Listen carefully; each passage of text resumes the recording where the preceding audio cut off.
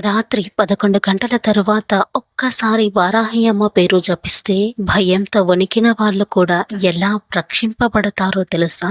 ఆమె సాధారణ దేవత కాదు. ఆమె యుద్ధంలో దేవతలకే ధైర్యమిచ్చిన శక్తి. ఆమె చీకటిని చూసి వెనక్కి తగ్గదు. చీకటే ఆమెను చూసి పారిపోతుంది. ఆమె శ్రీ వారాహిదేవి. సప్తమాతృకలలో అత్యంత ఉగ్ర రూపం. శ్రీ లలితాదేవి సేనాధిపతి. భక్తులు ప్రమాదంలో ఉన్నప్పుడు ముందుగా పరిగెత్తుకు వచ్చే అమ్మ. పురాణాల ప్రకారం రాక్షసుల శక్తి లోకాన్ని నాశనం చేస్తున్నప్పుడు, దేవతలు కూడా భయపడిపోయినప్పుడు అమ్మవారి క్రోధం నుంచి ఒక అద్భుత శక్తి అవతరించింది. ఆమె ముఖం వరాహ ముఖం, అంటే మన వాడుక భాషలో పంది ముఖం. అగ్ని లాంటి కళ్ళు, చేతుల్లో ఆయుధాలు. అది వారాహిదేవి రూపం.